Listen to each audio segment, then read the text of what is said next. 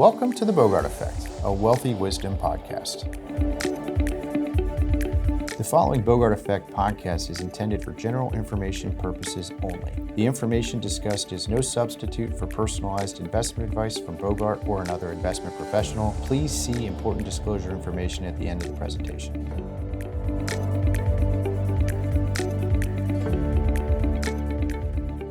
Thank you for joining today. With me is Mike Camara down in our Woodlands, Texas office. And, today we wanted to spend some time talking about the value proposition. Why do you want to have an advisor?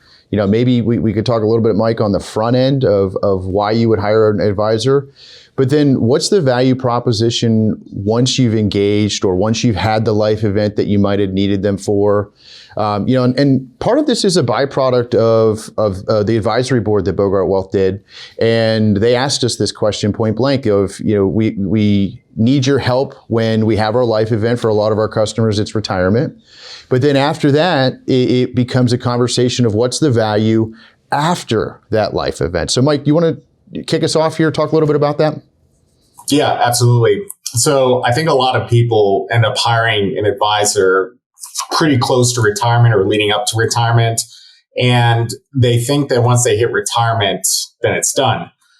Candidly, I believe, and I think we as a firm believe, that retirement planning is something that's never done. And you've got a whole long time period after retirement, 30, 20 years that you have to plan for.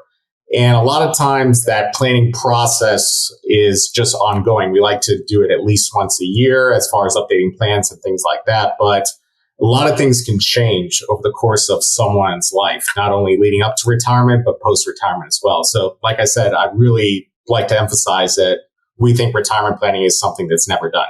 But let's go a little deeper, Mike, because and obviously we're a little biased. This is what we do. But when we talk about retirement planning, it's not just cash flow analysis, right? I mean, for a lot of our clients, we're going a lot deeper than just, do you have enough money? And in a lot of instances, it's building enhancements and integrations within things, for example, tax strategy. Tax is a big part of what we do. Estate planning strategy, insurance strategies, things related to heirs, kids, gifting strategies as an example. So let's go a little deeper, right? When I talk about tax strategy, what does that mean? Yeah, so tax strategies can mean a number of different things. I think for a lot of our clients, it's basically getting in front of potential taxes down the road, basically, because when you're looking at some of the main issues that people run into with taxes, tax laws can change. And, most of us believe that down the road, taxes are probably going to be higher than what they are today. We know that the current Trump tax code is going to sunset in 2026. But what we as a firm like to really emphasize is a lot of times Roth conversions, because a lot of our clients fall into what's called the required minimum distribution trap, which means that down the road, once they reach either 73 or 75, the government is going to force them to start taking a certain amount out of their pre-tax IRA, 401k monies that have not been taxed yet. And if you just kind of let that go and don't plan for that, and again, you got to start planning on that pretty early on, you can fall into a tax trap that causes you to pay a lot more in taxes than you would potentially want to do, obviously. Well, and for me, when we're talking about planning for taxes, the success is never 1 year. It's always the cumulative benefit of multiple years. You mentioned that RMD strategy with Roth conversions, and this is one where, the markets over the last, let's just say 3 years have been volatile, right? We had good start. 2022 was a bad year. 2023 was a great year. But the reality of it is let's just take, for example, a client that retired in 2021. You and I have had many, many clients that retired in 2021, and look at some of the planning work that we did for them. And from a return perspective, it might not be what I would describe as stellar, but what we did was we took advantage of that opportunity with that market environment where, and I've got multiple examples of this in my mind, where we converted very significant portions from their pre-tax, their IRA accounts, which would be subject to those required minimum distributions. We converted very significant portions from IRA accounts over into Roth IRA accounts.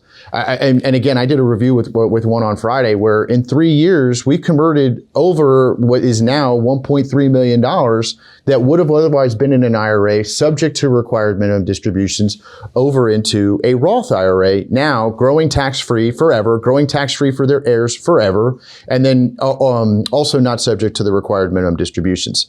You know, the lifetime tax savings on that can be, I'd almost say, very hard to calculate what the actual benefit is, but the reality of it is for our clients, that was a very significant value-oriented event where we've reduced the RMDs, we've transitioned a significant portion of wealth to grow completely tax-free for the rest of their lives, and ultimately will transition to their kids on a tax-free basis once they inherit those assets as well. So that's just one example of many tax strategies. You know, when we go into tax work, this is not just the conversation of again, 1 year. It might be looking at things even before the life event. I wanted to talk a little bit, Mike, about some of the work that we do for households before. What was on top of my mind was looking at a strategy like a backdoor Roth or even a mega backdoor Roth. And why don't you describe what those are for us? Yeah, backdoor Roth and mega backdoor Roth are two of my favorite strategies that I like to implement. So the regular backdoor Roth is basically when you make too much income to make a straight Roth contribution or a traditional IRA contribution and get a deduction. So basically what you can do instead is make a traditional IRA contribution. You don't get a deduction, but then you can immediately convert that to a Roth. And since you didn't get a deduction, you can convert it and not owe any taxes on it. So hence the phrase backdoor Roth. It's a way to, in a backdoor method, get money into a Roth. The other method is what's called the mega backdoor Roth strategy, which is basically not really a conversion. And, you know, these terms are important. It's actually a rollover. And what you're able to do is contribute to a 401k based on IRS limits, which I forget the exact amount off the top of my head, but you can contribute a certain amount past a pre-tax savings, past what the company matches on an after-tax basis. Now, this is plan specific on whether a plan will allow you to do this, but then essentially you can take that after-tax money and roll it over directly into a Roth IRA. The benefit of doing that is once it's in the Roth IRA, it's growing tax-free. While it sits in a 401k plan, even though it's after-tax money, any earnings is growing pre-tax. So down the road, you'll have to pay taxes on whatever that money earns if you keep it in the 401k. So it's another method to long-term save on taxes, because the sooner we get into the Roth, the sooner it's growing tax-free. And again, if we're looking at down the road, falling into the required minimum distribution trap, the more money you can put in a Roth IRA, the better in that sense, because that's not going to count towards your required distribution. And so a lot of these methods that we're using leading up to retirement are going to translate also into post-retirement strategies with conversions and things like that. But it's all this long-term, just again, retirement planning is never done. We're focusing on very long-term things. A lot of times people focus on saving on taxes in just that first year or 1 year after retirement, to the basically detriment of long-term tax planning. Yeah, you're saving money at the beginning, but over time, long-term, you're going to cost yourself if you're not planning, again, for the long term. And just while we're on it, this is a fantastic strategy for younger adult children that are now having earned income to look at doing, like, for example, the backdoor or the mega backdoor strategy. And frankly, if mom and dad are in a position to be able to help make those types of contributions, it's a great estate planning strategy. And candidly, we're belaboring on tax, but this is an area where we believe that we can add significant value to our client base, and that there is a significant value exchange post whatever the life event is. Whether it be before the life event, as Mike and I are talking about right now, related to these backdoor strategies or the mega backdoor strategies, those are great tools to use while you're in that accumulation phase. And then let's just say, the life event happens, whether it be retirement, whether it be the sale of a business. Ultimately, that life event will be the catalyst that then causes the next iteration of planning. So we talked a little bit at the beginning, Mike, about, kind of retirement planning is the epicenter or the ethos around what a lot of these decisions are. What else are we doing for clients typically after they've had that life event and into kind of the maturity of their retirement process? Yeah, one thing that I think any advisor is going to do is typically investment management, and I think that you need really three things to properly manage an investment portfolio. You need the will, the skill, and the time. And kind of what that translates to is time in retirement. Obviously, you got a lot more of that, but is managing a portfolio, getting really deep into what you're invested in, how you want to spend your retirement, or do you want to spend time with your family, your grandkids, things like that. Everyone's different. So some people do enjoy, spending the time to do that. Most don't. Then you need the skill, meaning that you need to know what you're doing. You need to have a really solid understanding of how investing works. If you don't know what you're doing, you might hurt yourself. And then the last thing is the will to do it. If it's not something you enjoy, if it's something that you dread doing, you're likely to put it off. And if you put it off and not giving your investment strategy or your portfolio the time it deserves, then what you're invested in today may not be appropriate in 3, 6, 9 months down the road. So investment management obviously is a very large part of it as well, as far as taking that burden off an individual and letting a professional do that as well. Not only that, I think advisors can prevent clients or individuals from making a emotionally rash decision that can, again, have a very long-term impact on their retirement. And again, many people make rash decisions on short-term market events, not, again, focusing on the long-term. Obviously, we mentioned long-term quite a bit with this, but again, it's looking at how is this money going to last for the long term? Because again, once you retire, it's not like, okay, I'm done. I'm going to use all my money in a year. I got to make sure this money lasts for the next 20, 30 years, and having a proper strategy is very important to that end. I love that saying, will, skill, and time. There's so much truth to that. And I will also add, when it comes to money management, emotion is unquestionably the largest detractor from long-term success. And by the way, it's fear, but it's also greed. And both ends of the spectrum are ones where we tend to find either people taking on an unnecessary amount of risk or not taking, in some instances, enough risk. And a great example of this is, say, for example, a retiree that went 100% into bonds starting in 2021. Well, bonds have been unquestionably the worst performing asset class, as an example. And by the way, that's not saying don't own bonds, because I do believe long term there's a great diversification component to that. But the fact of the matter is you need to have a clear understanding of the associated level of risk with every type of investment vehicle that you're in. I do think when we talk about investment management, it's important to align someone's goals with their investment strategy. And this is where investments do come directly back to that financial plan. A lot of instances are where we talk about the bucket approach, where we don't need all of this money all at once, right? And 99.99% of the time, we don't need all the money at once, right? We need some money for a period of time that's going to be designed for income and cash flow. That's typically going to be our lower risk conduits, money markets, short-term bonds, things of that sort. We can get it quickly without having a whole lot of volatility. The next iteration of that would be income producing investments, dividend paying stocks, longer duration bonds, et cetera. But then everything else should be designed for growth. And, I don't know about you, Mike, but one of the things that I've noticed lately is that with money market yields being as high as they are, it's very easy for an investor to say, you know what, I'm just going to go take the 5.2, 5.3% money market yields right now. That's good. Well, there's opportunity cost on your money. The reality of it is that if you just have everything sitting in money markets, I'm not going to argue with the yield. That's a great yield. And now with inflation finally coming back down, you're actually starting to get a real return off of said yield. But the fact of the matter is if we compare, for example, money markets to an equity-oriented strategy, now, of course, not all equity-oriented strategies performed equally in 2023 and even in 2024. But the fact of the matter is the equity-oriented strategies, regardless of the benchmark, have outperformed the money markets. And so, again, I'll come back to this conversation of the value that I see of having an advisor helping with the money management is, again, because I do believe that as much as some of our customers are very financially astute and able to do this, I'm going to come back and I'm going to steal your saying, Mike, but they don't necessarily always have the time, the skill, or the will to do that.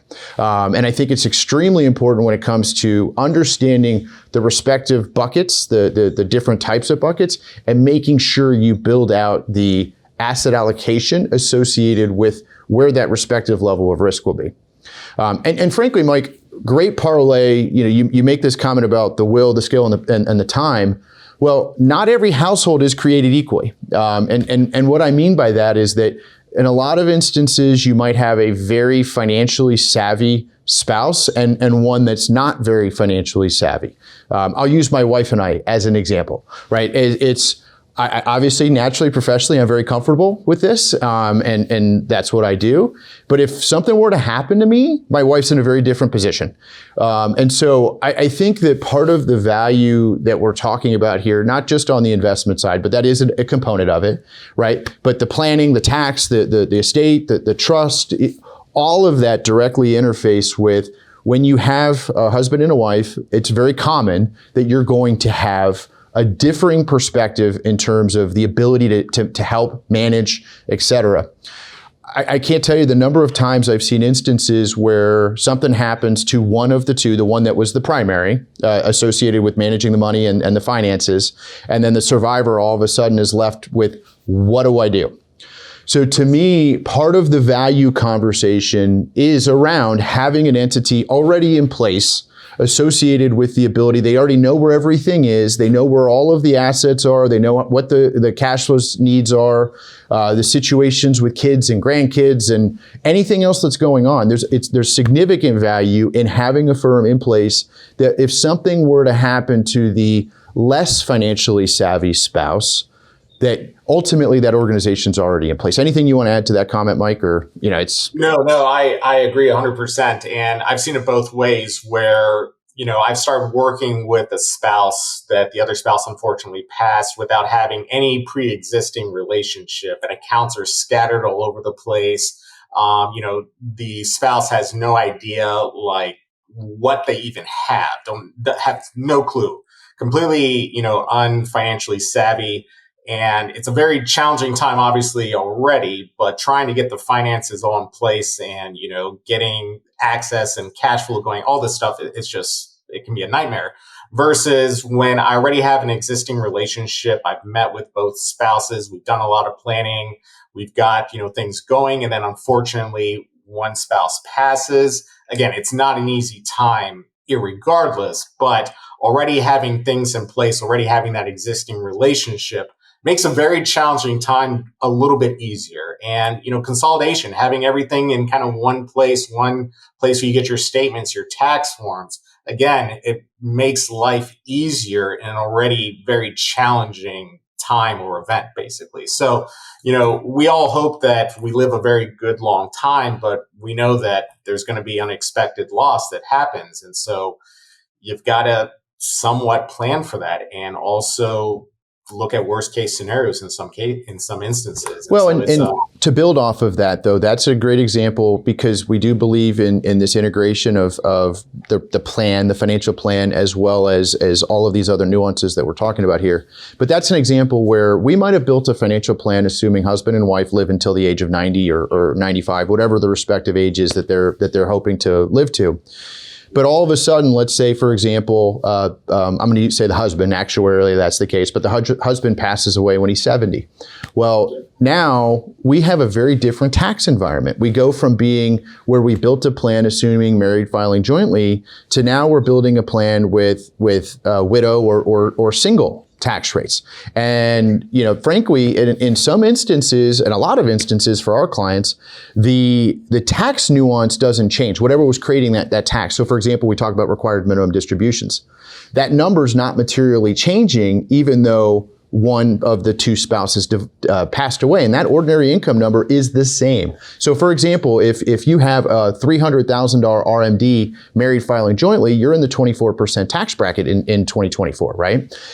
But if all of a sudden the husband passes and now it's just the surviving spouse, well, that RMD still stays at $300,000, right? The number didn't change. I mean, we're assuming that the IRAs don't all of a sudden materially drop in value, right? But the reality of it is the RMD is still $300,000.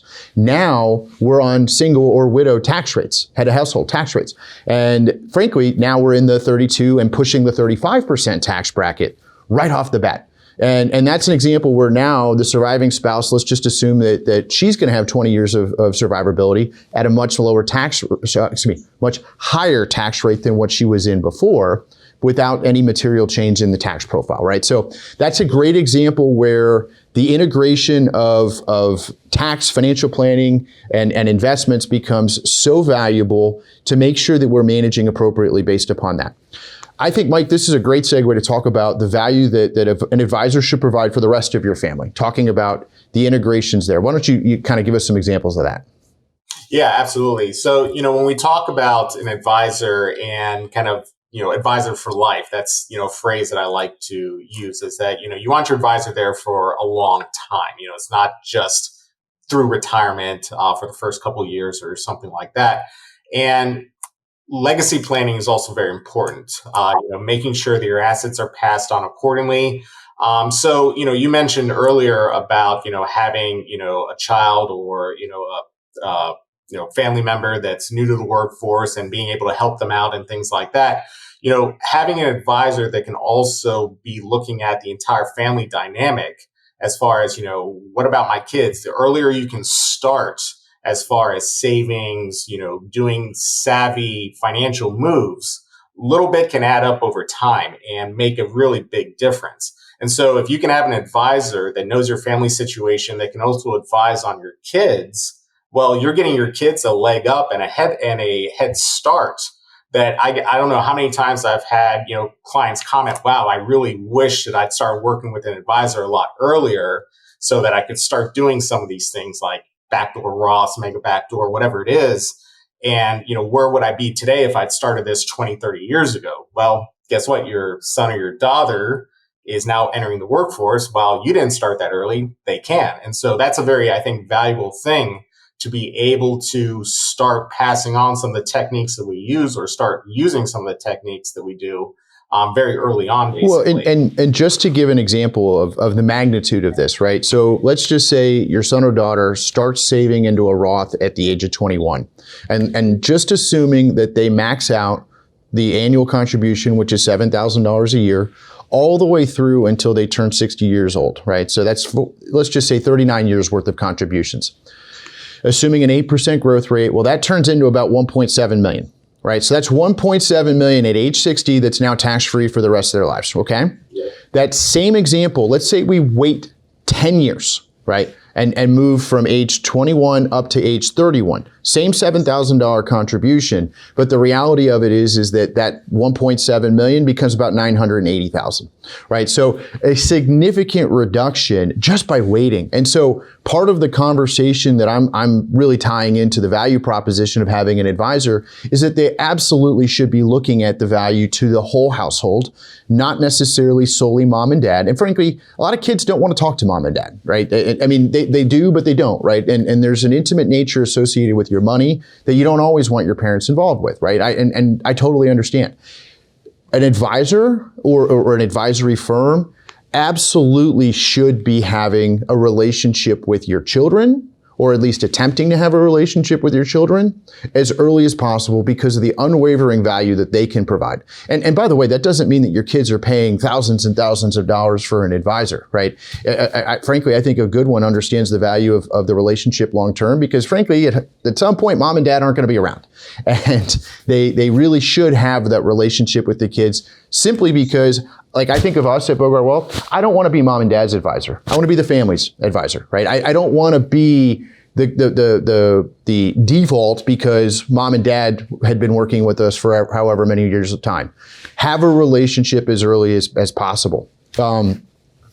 I also think, when we talk about family, it's aging parents too, right? I mean, frankly, I mean, I'm blessed that my parents are both healthy and thriving. I watched it with my grandparents, but we have a lot of our clients that, as they retire, they're getting to that age where all of a sudden their parents are starting to have disability issues, cognitive issues, and now, yes, they might have more time to be able to help with that, but there's a financial implication with that as well. And it's not uncommon, mom and dad, I guess this would be grandpa and grandma, however you want to look at the patriarchy, but the aging parents haven't financially prepared for those types of life events. And so now it's got an implication for you, the client, as you're entering into this next phase of life, and all of a sudden financially, you might have a stress associated with how you're going to help with your parents.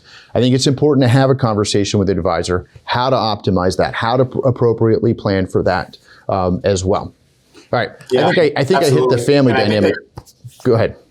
Oh, sorry. I was going to say, I think they've phrased it the sandwich generation, where, you have certain individuals that are, certain age range that are both taking care of aging parents and still paying for their children, basically. So you think about that financial burden, and again, planning for that. Most people are just planning for their own expenses. Well, what if I do have to help a family member?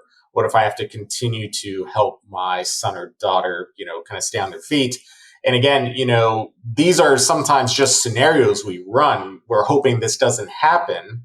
But if it does, we want to have something laid out to make sure that it will still work. And so again, even though we have a base case plan, a lot of times I have clients that ask me, hey, can you run a scenario that what if my father dies and I have to take care of my mother? What would that look like? What would that cost be? Can I afford to do it? Can I retire in the time frame I want and still have the financial strength to be able to do these things that may happen? I'm hoping they don't, but I want to have something in place, or at least a scenario to see what if, basically. So, kind of just to wrap all of this up, right? I personally think the value proposition for any advisory relationship needs to be the integration of all of these different services, right? And so we've talked about financial planning, how it's the epicenter of all of the decisions that we're making collectively on an ongoing basis, right? And I do think it's very, very important to have a plan and hold yourselves accountable to the plan. That's both how the investments perform, but that's also how we're doing with spending. Right. And that's where the interaction of that financial plan then carries over into retirement planning analysis, tax analysis, estate planning analysis, and anything else associated with that. So there is significant value in having the financial plan and constantly revisiting that financial plan. The investments, hands down, right? And frankly, by the way, I will say this. If the value proposition for a customer is only one element of this. So for example, if you're only hiring somebody to manage the money, then frankly, I'm going to tell you there's not a whole lot of value there. The value on, for example, with just money management, if you're just hiring them to manage your money, well, then frankly, a passive approach with low cost index funds most likely is going to check the box. Right? I mean, if that's all you're looking for, then I'm going to tell you that's probably the best way to go. But when you're looking at investments more holistically in combination with your plan and your long-term goals and objectives, I think it's very, very important to have that alignment. And then let's talk about the tax strategy work. And I use that example of the Roth conversion analysis. That's one of many, many, many, many examples that we'll talk about, whether it be capital gains loss harvesting, tax sensitivity analysis, charitable giving analysis. Tax integration is extremely important. So for me, the long-term value proposition for any client is the integration of financial planning, investment management, tax optimization, tax preparation, as well as any type of estate planning and trust work, all of that bundled together, because that's where the value lies. Any of them individually, not as valuable as them combined, right? I think, when we're talking about just the ongoing relationship and the ongoing value that we provide for clients and most importantly their households, let's not lose sight of the value for the surviving spouse. Let's not lose sight of the value for your kids or your parents. All of those are part of this conversation of what that value dynamic lies. Yeah, absolutely. And I think, kind of along that, again, long term, one of the things I think is also important when looking at an advisor is how long is that advisor going to be doing what they do? If you hire an advisor that retires around the same time you do, well, then, like we've been talking about, there's a lot of work that goes on after retirement, basically. And, one thing I think when you're working with an advisor is, okay, if something happens to them, who is going to take over for me? Because you don't want to be in a position where in one of the most crucial parts of your life, one of the biggest life events, you suddenly don't have the person you've been working with for years. And so having a younger advisor, or at least, a group of advisors that have, younger people on the team that would be able to take over and be there again for the long term, I think is also very critical when we talk about, this ongoing after retirement value. You got to make sure that you've got somebody that's going to be there. Well, and great point, right? And it's one that I've been getting a lot lately. Like, for example, clients ask, why do we care about you growing? Well, candidly, our growth is imperative for the long-term success of your household, right? I think about everything you just mentioned, right? You need to have redundancy built in. You need to not only have your primary advisor, but then support infrastructure associated with that. It can't just be a Mike or a James or any of the advisors in the firm. There needs to be succession beyond that, simply because there's something, hopefully, God willing, nothing does happen, but something could happen. It could be that ultimately there's something that's distracting them mentally that you need to have a redundancy in place. I mean, advisors are humans as well.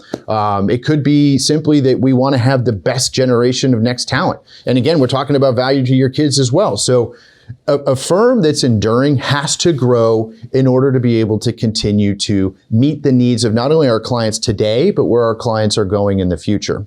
And that's why growth is so imperative. And I think it's important when you talk about interviewing an advisor, not only their age, but what is the age of the team behind them?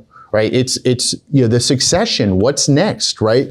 And an enduring firm will be able to live beyond any one individual. And that's ultimately what I think is an extremely important part of the value proposition of an advisory firm that you would be considering working with. Absolutely. So, Mike, great conversation today. Looking forward to having you back. Really insightful. Thanks so much. Appreciate it. The previous podcast was intended for general information purposes only. The information discussed is no substitute for personalized investment advice from Bogart or another investment professional. Different types of investments involve varying degrees of risk, and it should not be assumed that the future performance of any specific investment, strategy, or service will be profitable, suitable, or successful. Bogart is not a law firm or accounting firm, and no portion of its services should be construed as legal or accounting advice. There is no guarantee a client will experience a certain level of results if Bogart is engaged. Our brochure describing services and fees can be found at www.bogartwealth.com.